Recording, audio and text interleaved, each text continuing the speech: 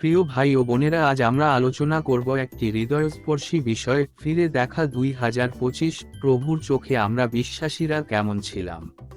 2025 সাল আমাদের জীবনে অনেক শিক্ষা, পরীক্ষা ও অনুগ্রহ নিয়ে এসেছে। মানুষের চোখে হয়তো আমরা সফল বা ব্যর্থ, কিন্তু প্রভুর চোখে তিনি দেখেন আমাদের হৃদয়। বাইবেল বলে 1 শমূয়েল 16:7 মানুষ বাহ্যিক রূপ দেখে, কিন্তু সদাপ্রভু হৃদয় দেখেন। 2025 সালে আমরা কতবার প্রভুর ওপর ভরসা করেছি। কষ্টের সময় প্রার্থনায় স্থির ছিলাম, না অভিযোগে ডুবে গিয়েছি। প্রভুর বাক্য পড়ে চলেছি, না সময়ের চাপে তা উপেক্ষা করেছি। অন্যকে ক্ষমা করেছি, না মনে ক্ষোভ জমিয়েছি। এই বছর আমাদের ভুল, দুর্বলতা ও পাপ ছিল, কিন্তু প্রভুর করুণা তার থেকেও বড় ছিল। তিনি আমাদের ছেড়ে যাননি। বিলাপ 3:22-23 সদাপ্রভুর দয়া শেষ হয় না, তার করুণা প্রতিদিন নতুন।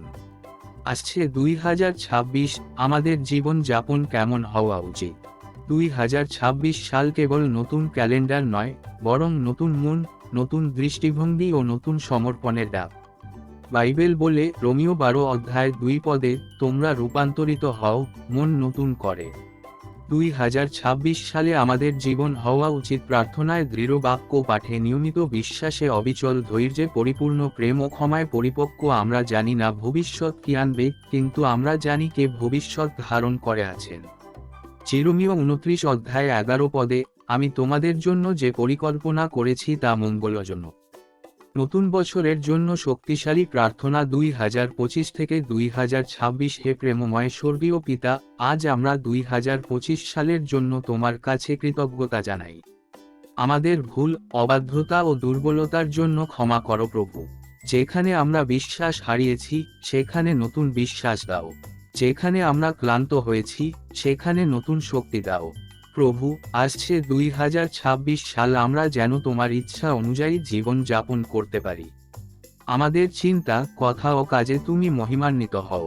আমাদের পরিবার, কাজ, আর্থিক জীবন, স্বাস্থ্য ও ভবিষ্যৎ তোমার হাতে সমর্পণ করি।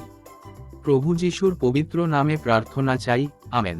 জয় যিশু, হাল্লেলুয়া। আমার ভাই ও বোনেরা, তোমাদের যদি আজকের বিষয় ভালো লাগে তবে অবশ্যই সাবস্ক্রাইব করো, সাথে লাইক ও কমেন্ট এবং শেয়ার করবে।